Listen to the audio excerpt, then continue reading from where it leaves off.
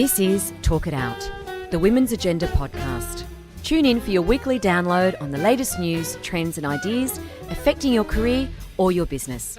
Here's your host, Angela Priestley.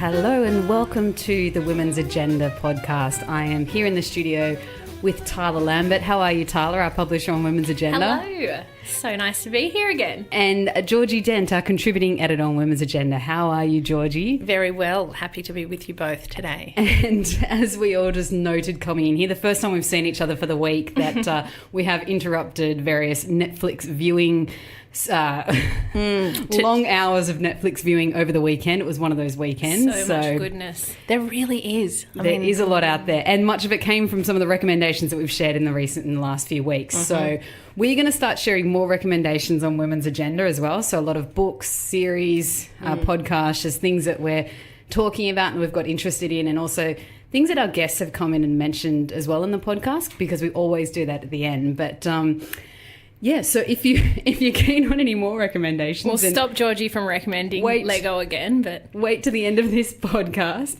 and like I say, check in with Women's Agenda. We'll share them there. I think we'll be sharing them on a Friday. That seems to be a good day for that kind of thing. And if you have your own recommendations, you can also contact us. Contact at womensagenda.com.au. But into today's show, today we're talking about not Netflix series, something completely different. We wanted to talk about career breaks, getting back into the workforce, and also ageism, unfortunately. But so parts of our workforce, as we know, are making efforts to support women and men who do have zigzag careers or take periods of time out, especially to look after children. But there are still plenty of realities around what the definition of success actually is and what experience means. The proportion of mothers with post-school qualifications has greatly increased from 23% in 1996 to 51% in 2016. That stat that I just saw from the ABS just blew my mind recently, because that is a huge shift. But at the same time, and this I think just tells a lot as well, the most common occupation for full-time working mothers is administration. And for part-time working mothers, it is sales assistants. And that hasn't changed since 2011. So we've got this picture of where women are having children a little bit later, but women who have children are more educated than ever before. But the types of roles that women are performing isn't necessarily shifting all that much. And then, Tyler, we've also got the data that you reported on today from the Australian Human Rights Commission talking about ageism as well. I don't know if you can take us through any of those particular stats just to start with, but then we might talk a little bit more about this topic, because I just think it shows that other end of what happens when you might take a career break or an extended period time out of the workforce, and it feels like you've kind of got this small segment then to get back in before you might experience something else, ageism. Yeah. So this new report done by the Human Rights Commission, the Employing Older Workers report, found that a third of Australian employers continue to specify age limit for job applicants, even though you can't do that, right? It's completely illegal. Yeah. And 30% of those employers will not employ people over 50 at all, even though they've acknowledged that cohort of people carry a whole wealth of IP and talent that the workforce is now missing out on because they're being discriminated against. And so that's really troubling. And it's not dissimilar to what we found in our ambition report that we put together in 2017. You know, that came out, ageism came out as a very recurrent theme throughout that report, even though it wasn't even something that we specifically looked at within that. So we're going to be doing that again, and I think that is something that we're going to be focused on a lot more within that survey, because it's clearly an issue that's just rife and is affecting so many people. And I think it's really troubling, you know. Yeah. And that came up just in the ambition report. It was in the 45 to 55 segment of women. So this is where we asked women about their ambitions. We had 2,000 responses, and we then asked them what they thought might get in the way of them achieving that ambition in the next couple of years. And we didn't have ageism as a thing that you could, tick the box on, but it came through in the comments over and over again of people saying, I'm ready to get stuck into my career. my kids are independent, this has happened, I've taken a bit of time out, or I've been working part-time, but now I'm ready to really go and try and get a huge leadership position or whatever it is, but I don't feel that I'm going to get anywhere.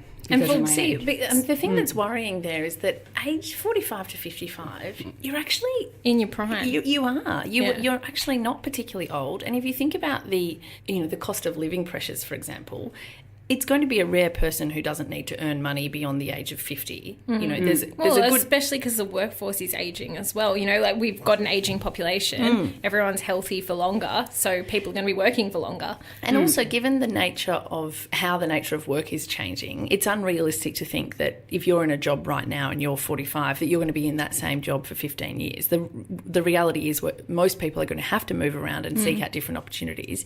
And if people that are over the age of 45 are being cut off from a variety of opportunities, then I think employers are going to lose out, and individuals are going to lose out at a time when, as we discussed a couple of weeks ago with, you see the rise of someone like Karen Phelps, who's just been, she's obviously won the seat in Wentworth, and she's at an age where she's sort of poised to take on a pretty significant new challenge. And isn't it crazy to think, well, she shouldn't be able to do that because she's over 50?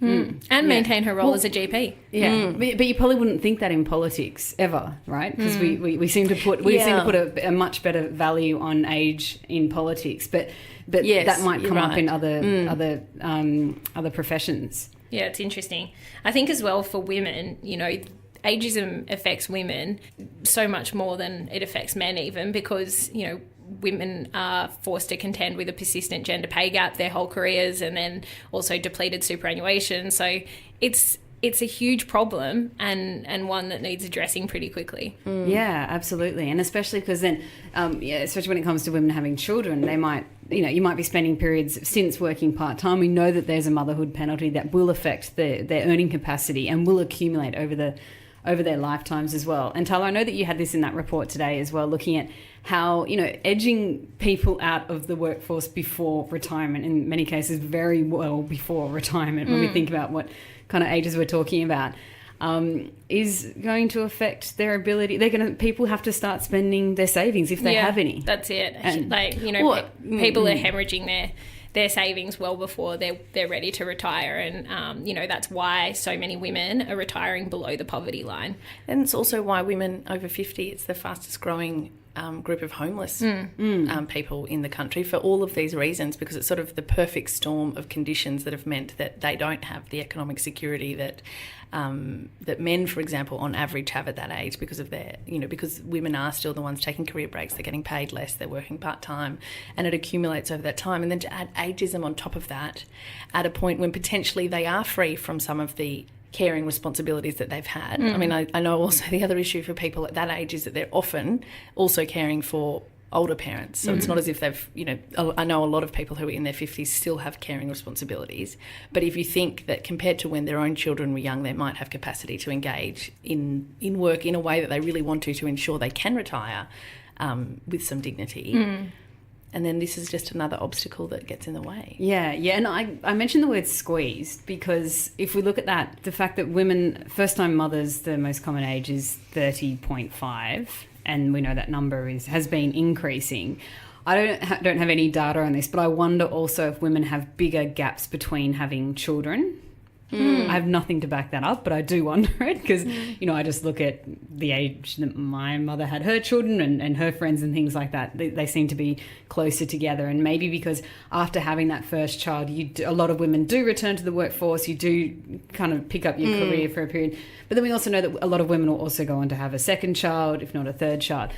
A fourth, go if you're really brave, 5, 6. I know. There is no limit. I'm not discriminating against numbers of children in any family. But Tala, I guess the squeeze at the other end for women in their 20s, because we've spoken about this before, is that you've also got this workforce that is expecting people to do a lot more unpaid internships, to do a lot more unpaid work than I think even when we were sort of starting out our careers, but certainly when people were starting out their careers, 20, 30 years ago. Do you sense a big squeeze there, like a big challenge of thinking, how is this going to work? And I know you've written about this previously, which is why I directed at you. Yeah, I mean, I wrote a couple of weeks ago about a internal conflict I have at the moment, and one that centres on the fact that, you know, I really love my career. I'm also very fortunate that I work for a publication like Women's Agenda, who are very kind of, you know, open and encouraging of me taking time off if I need to, which a lot of other women wouldn't have. You also own part of the publications as well. So that probably that I say that now, and I'll be like, and I'm taking time off. No, but I mean, it's a struggle because, you know, I've always thought that I would have my first child before 30. I'm now 28 and I have a pre-existing fertility concern. So there are, you know, I guess in my head I'm thinking I should probably not wait for you know, indefinitely until I have a kid. But at the same time, you know, what happens then? I know, you know, you take quite a bit of time out of the workforce when you have a child. The systems and structures in place at the moment are not sufficient to support working parents, but working mothers especially. You know, there's basically the paid parental leave is 18 weeks and it's at minimum wage. You know, you're coming back, and a lot of women, I mean, I wouldn't face this situation, but a lot of women are facing discrimination at work after they come back or through mat leave. You know, there are so many concerns and factors involved that I think a lot of young people are, you know, weighing up when they do that. And potentially, I'm not surprised at all that data says that women are, you know, the age bracket for when women are taking time off to have kids is being pushed further back, because it's a massive concern, and I think a lot of women are worried about what's going to happen to their careers after that point. It might be career and house prices and things like that. You might think you want to try and get set up financially, and there's this, you know, although it's even less and less of a reality now, that you might be thinking that can push things back as well, this security idea. Were you, see, I asked this from the position, I fell pregnant with our first baby a lot sooner than planned, and I had quite significant, you know, I'd had surgery for endometriosis. I'd had all these reasons to think that fertility was probably going to be an issue for me, and it wasn't. So not the ideal time. We had literally been married about 30 seconds and we were living overseas, and it was, but the point is I wasn't in a position where I was thinking about my career and family. I just didn't think the family part was going to come up as early as it did. But were you, and when you fell pregnant the first time, were you actively concerned about balancing work and family? I wasn't, but I'm the wrong person to ask about this because I'm not a planner, and I don't think these things through particularly well. Maybe that's you. Maybe that's both of us. Yeah, because I didn't. Well, stop overanalyzing. I say this. I actually thought that, you know, you take 6 months off and you just return to work as if everything is normal and everything is just going to be the same, and that's not the case. I quickly learned that's very different, which again I've written about. We've talked about as well, but I think that was a big shock to me. I just didn't expect the life transformation aspect. Not that, you know, it's not all of, you know, the love of your family and having this baby and this beautiful, there's that aspect, but also just everything that comes with it, in the sense of how your time is squeezed and how you have very little control over even the time that is technically your free time. And even things like the way you sleep or when you work. That was the biggest shock to me, I think, because I'd always done things like push deadlines. I couldn't do that anymore. So that was a big shift. But I think going into having my second child, I knew all that. It had already happened, but also I knew all that would be happening again. Yeah. And that was quite different. And that's hence, I mean, you know, after I went on mat leave, the opportunity to acquire Women's Agenda came up, and seeing that, you know, the idea of running a small business or running a business like this, it seemed like it would be a way that I could fit that with what I was trying to do at home. And I think that's why a lot of women do run small businesses. But even that, I don't think I had the full kind of grasp on the fact that I'd be working more than I was working previously. I also think, I mean, let's specify here that your second was 6 weeks old when you acquired the business and you had a toddler. So, I mean, just when you said that, it might some people listening might think you're talking about, like you were 6 months into your parental leave. It wasn't exactly the norm. Well, look, I mean, that's a busy load to acquire a business at that point. Yeah. But also, I think that in some ways, I think ignorance is bliss. And I think particularly when it that's comes true. to family. Yeah, and I think there is a degree of, over-analysis here, and you've got to kind of step back and just kind of go with the flow. And actually it was interesting because my mother shared that piece that I wrote a couple of weeks ago, and, all her friends and various family members, commented on it, just being like, oh, you've just got to live your life and just go for it. And which I understand in theory, but I do think that there are things that we need to think about here and look at how we can better kind of support parents that are taking time out. I think one of the big things as well, and I mentioned this in the article, is that it's still not really common for it to be a conversation between couples around who takes time off to be primary carer. And I can't emphasize enough how important I think that is, that conversation exists. Like, I think obviously mothers tend to want to take some time off initially, especially if they're breastfeeding and wanting to bond with the child. But I also think that beyond that, it's just the expectation that women will keep on taking that time off. And I don't feel that there is anything innate about a mother that makes her a better parent than a father. And I think that just really, that we need to shift that expectation. I think also one of the challenges for someone like you at the age that you're at with the sort of dual desires and ambitions you have is when you work on a publication like Women's Agenda, where we are highlighting on a daily basis the sort of structural deficiencies and the room for improvement.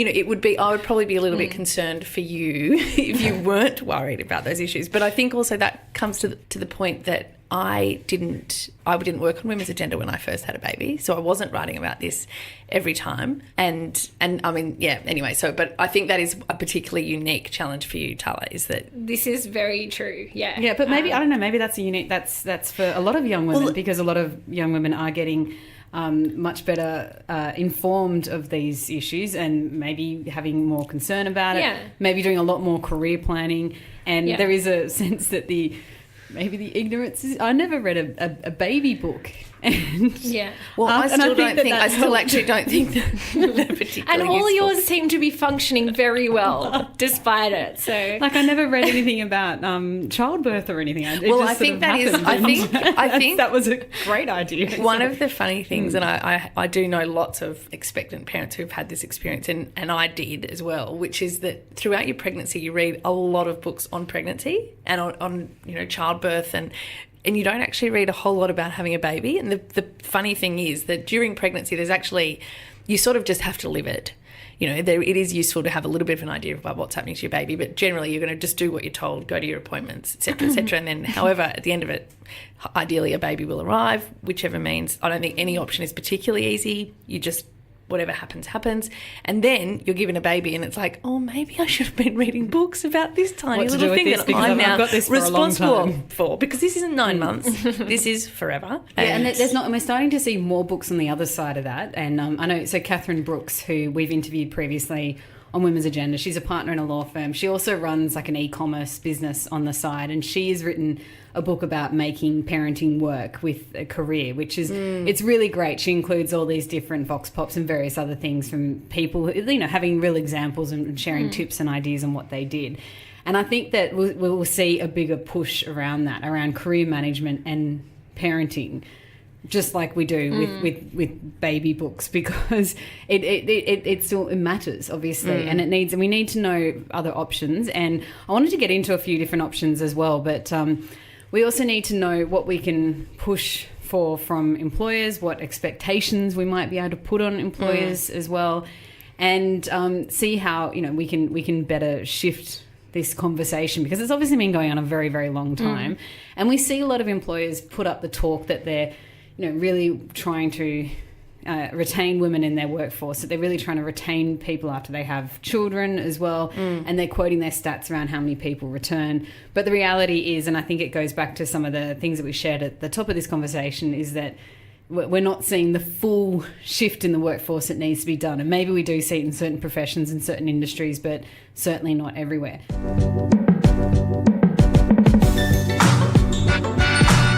This is a commercial break for Work It Out. We'll be back in a moment. But if you're interested in being a sponsor for Work It Out or Women's Agenda, just drop us a line and let us know. That's womensagenda.com.au. But Georgie, just touching on your piece from today, and I want to talk about returnships. Yeah. So maybe take us through, this is an Ernst & Young returnship program. Yes. And what is...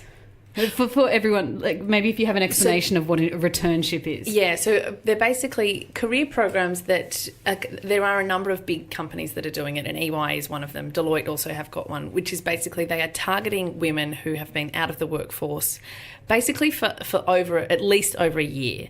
And what they do is sort of give them coaching, they get to come into the organisation and do little rotations, for example, and to sort of see what the opportunities are. For the organisation, it's a recruitment tool, effectively, but it's also recognising that there's a gap in the market, that there's actually all this latent talent in that there's a lot of highly educated, skilled women who have been out of the workforce for a variety of reasons and are trying to get their foot back in the door. And they recognise that specifically approaching them with the idea of thinking, right, well, what do these people need? They've obviously been out of the workforce for a long time. It would be useful for them to have a bit of coaching, to have some sort of have the structure of like a graduate program where you actually go through with a cohort of people. And I interviewed a woman who actually applied for the EY Reconnect program earlier this year, and she was accepted, which started in July, and then she's been offered a permanent position with the company. So in 2017, I think it was 77% of the participants in their return to work program were offered full-time employment. So the ideal outcome is that the people who apply actually get positions. And Fran Karate is the woman I interviewed, and she was one of 8 women who started. And she had so she's got 3 children. Her and her husband had 3 children. And then 3 years ago, her sister passed away, and her sister had a daughter. So this Fran's niece, who was 6, and her husband decided that they'd adopt her and bring her over. And obviously that meant her sister had been living in Perth, so they brought the little girl over. And Fran basically said they really decided that if they were going to do that, they had to give the little girl as much support as possible, as well as the other 3 children in their house, to sort of make it work. And so she said she did that, and then at the beginning of this year she thought, right, I really do want to I think it's time I can get back to work. And she said she sent off lots of applications and found the process quite demoralising and didn't have much success. And then she saw a friend had shared something on LinkedIn about this return to work program, and she sort of thought, oh, maybe that would be the right thing for me. Because she said, she is someone who has actually worked for a long time, and she's quite senior in terms of her skill set, but she had a gap. And this sort of program has given her an opportunity. As she said, she really just wanted a foot back in the door, and she got there, and through the program she was sort of able to meet with different people in the organisation and find a position that matched her skills. And she just said the program was amazing because there were 4. All of them worked 4 days a week. She said she had basically had the shortest career break out of that cohort. So there was the longest career break had been 10 years. But so that's a pretty significant thing. So she said for the whole group, for all of them coming back into a work environment was quite a big transition. And she said being able to have the support of people doing it at the same time as you, they were able to really, get a lot out of that from one another, but then also from the program itself to sort of be able to be plugged into a big organisation where there are options and opportunities. And I think it's a promising sign that these programs are on the rise, because I think that we know that there are so many talented women out there who aren't working, and it's not because they don't want to, but it's often because there isn't an opportunity that works. And I think these sort of programs are designed to do that. Yeah. So it sounds like we're doing an ad for Ernst & Young. We're not, I promise. But it does.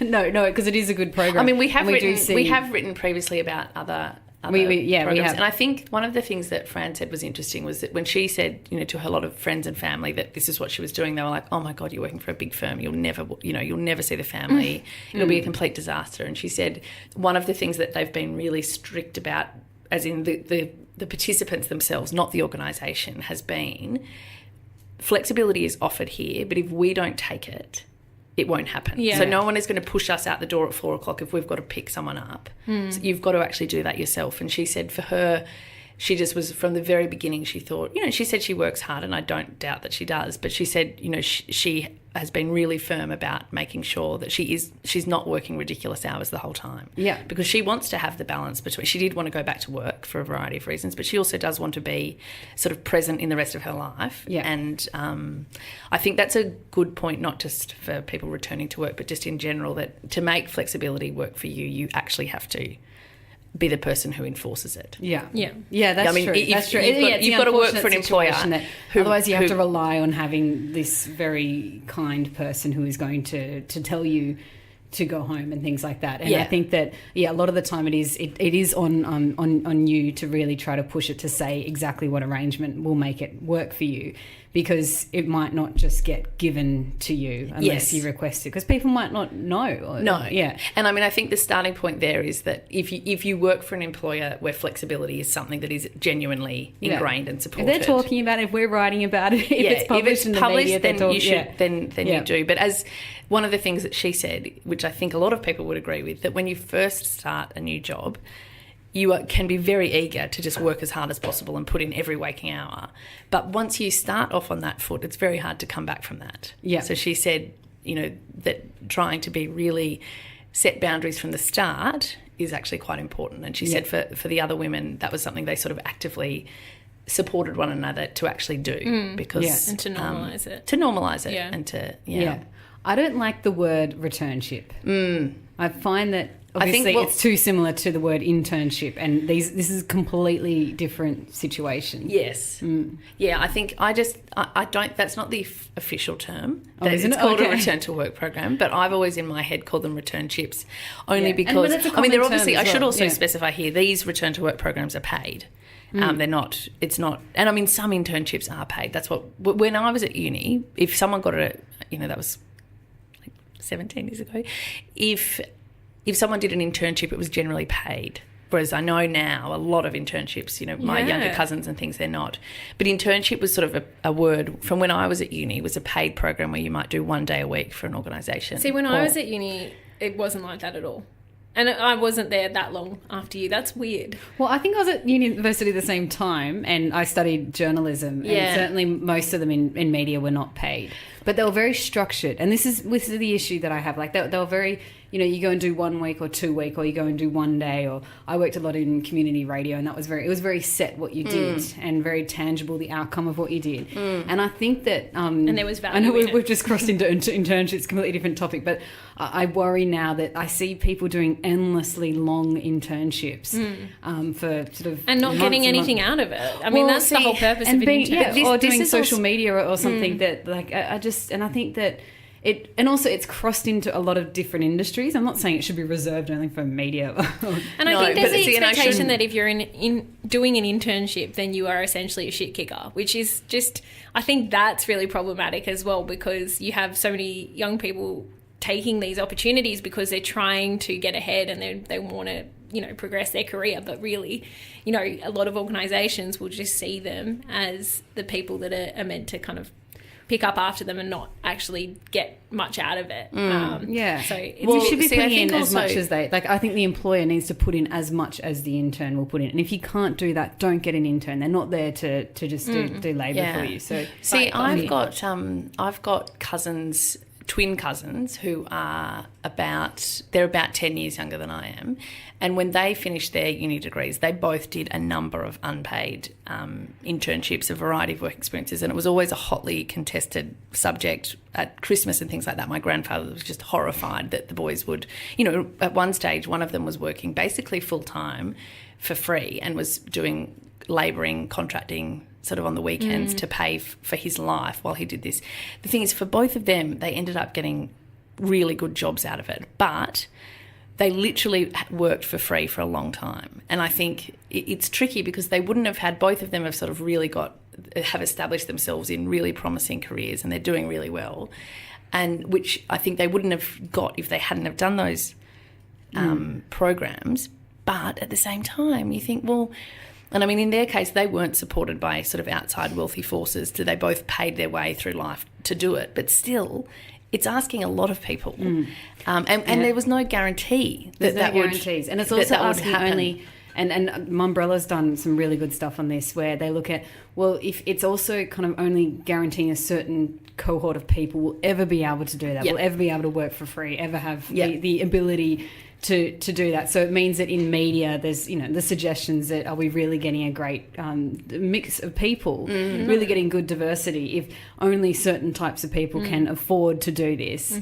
But in pulling it into the context of this conversation, I mean, that's where I think, you know, if that's happening at that end, and then you might take, and it's not necessarily a career break, but maybe it's working part-time, maybe it's running your own business, maybe it's doing something while you've got other responsibilities, family responsibilities at home, and then trying to get back into, you know, the set workforce as it is. And then if you have to do all this stuff again, and call them whatever you want, but if you need to do this stuff again, if it's not even a set program, maybe it's that you start working in jobs that are not really at your skill level, not really at your full qualification level, because you're just trying to get a foot in exactly as you may have done previously.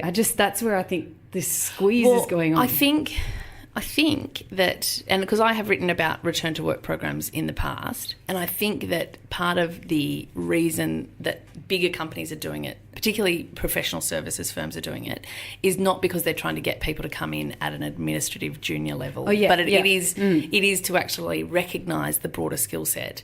Whereas I think what we see with a lot of women is when they have taken a break out for some reason and they want to come back, they often basically just want to work, they want to work part-time, and therefore the jobs that are available to them are often well below their actual sort of skill set and their contribution that they could be making. But they take that because that will work with the rest of their life. And I think there you miss out on so many different levels.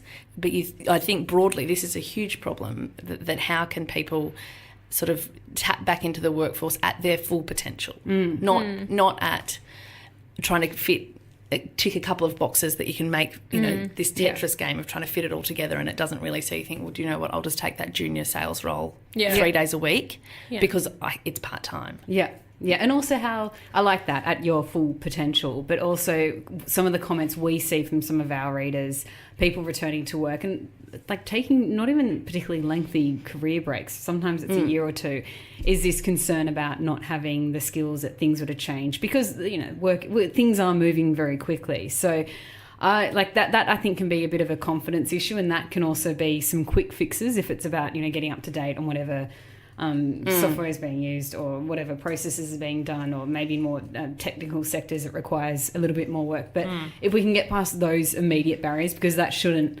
eliminate your full potential and your talent. And we've talked about this topic for a long time. We and went on various very tangents. Thorough. I know, very thorough. So we are at our recommendations for the week. So Tala, you are so excited to share this. So. I've been waiting for this. Yes, so I have just finished watching the second series of Making a Murderer, and it did not disappoint. The first series blew my brain, and this one gets even more compelling, and just you want to throw things at the screen the whole time. But there is... so Stephen Avery, the man that was convicted in making a murder, and it follows, you know, his case and various holes in the American judicial system. But Kathleen Zellner is his newly appointed lawyer in this series, and she is just so badass. Like, she honestly covers every bit of evidence, and to be honest, I don't know how he hasn't gotten a second hearing yet, but please watch it. It's so good. I haven't watched the whole thing. I have watched a couple of episodes, and I agree with you. She is just incredible.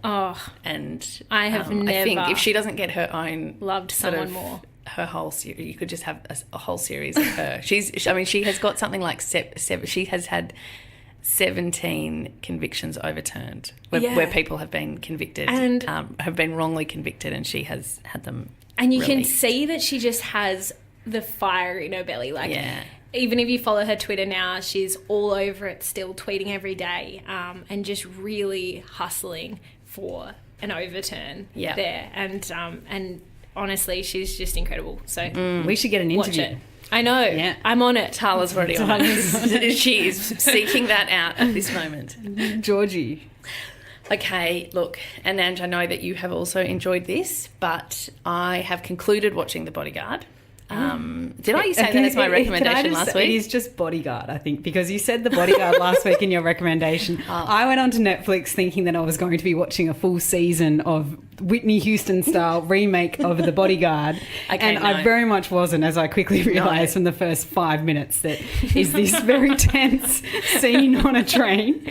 But I binged it on the weekend and I did enjoy it thoroughly. Oh, well, this is disappointing because I forgot that I actually recommended it last week.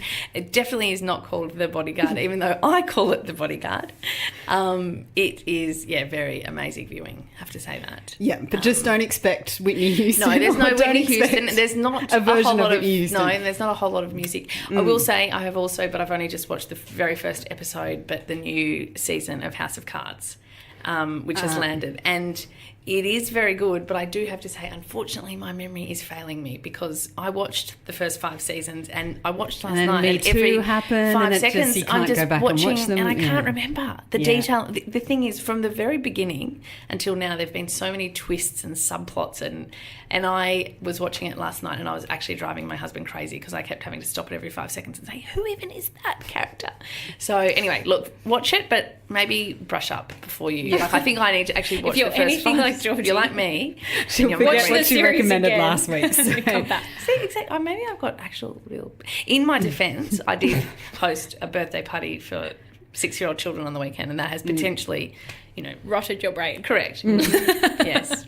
So my recommendation is on par with Georgie's recommendation a few weeks ago of Lego, although you probably don't remember recommending Lego, but you did. Well, I remember I wasn't exactly applauded widely for that contribution. So my recommendation is cereal boxes and reading them. And I ate a lot of cereal growing up, and so I read a lot of boxes. Do you remember that? Yeah. You'd sit there and you'd look at the cereal box and... I was all about the toys and the cards. Yeah, but you just we ate a lot of Wheat Bix, so I'd always be reading that. But so the story of Dahlia Lee, who's 8 from Canberra, she noticed on the Kellogg's Nutri-Grain boxes, where Kellogg, that Nutri-Grain, they try to promote the Iron Man, even though it's probably, I don't know how much sugar's in that. It tastes too good for there not to be a lot of sugar in there. But so she noticed that they only had boys featured on there. I don't know if it's boys and men, but they were definitely only males. So she took it up with Kellogg's. Kellogg's kind of dismissed her.